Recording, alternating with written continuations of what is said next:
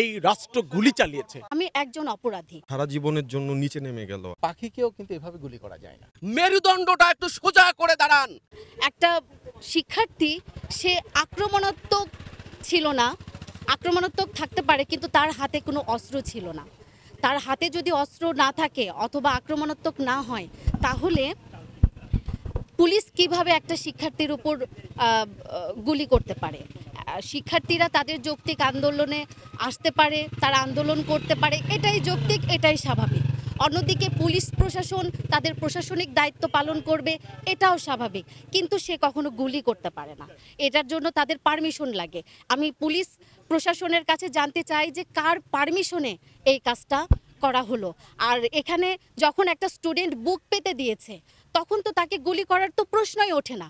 সেখানে তারা যেটা করতে পারে তাকে লাঠিচার্জ করতে পারে, অথবা তাকে ধরে নিয়ে আসতে পারে, অথবা তাকে টিয়ার সেল যেটা করা হচ্ছে সেটা করতে পারে।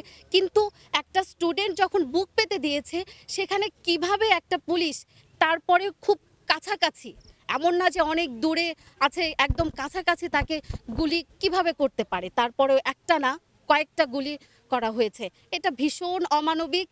এই দায়টা আমাদের, এবং আমি অন্য স্যারদের সাথে একমত যে ক্ষমা চাওয়ার মতো ধৃষ্টতা করার ক্ষমতাটাও আসলে আমাদের নেই।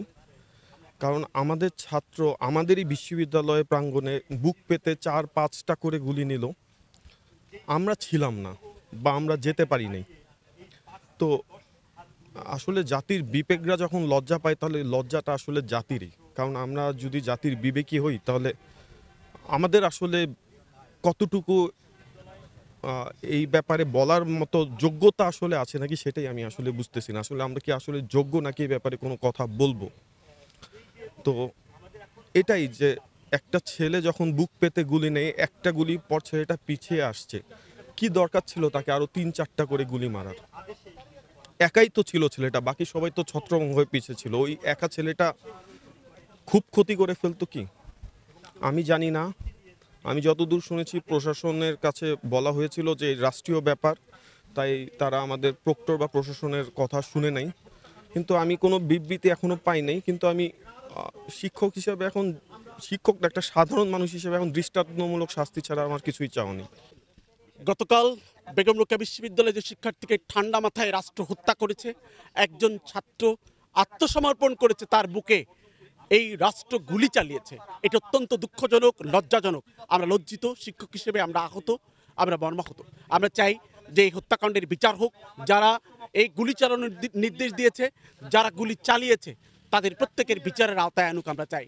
আর যেন একটি সন্তান মায়ের বুক থেকে বুক খালি না করে। আমরা চাই না যে আর কোনো সন্তান এরকম গুলিবিদ্ধ হোক, হত্যা করা হোক তাদেরকে। ঠান্ডা মাথায় যে রাষ্ট্র একটি বিশ্ববিদ্যালয়ের শিক্ষার্থীকে হত্যা করেছে, এটা অত্যন্ত দুঃখজনক, নিন্দনীয় এবং গর্হিত অপরাধ হয়েছে। আমরা এই হত্যাকাণ্ডের বিচার চাই।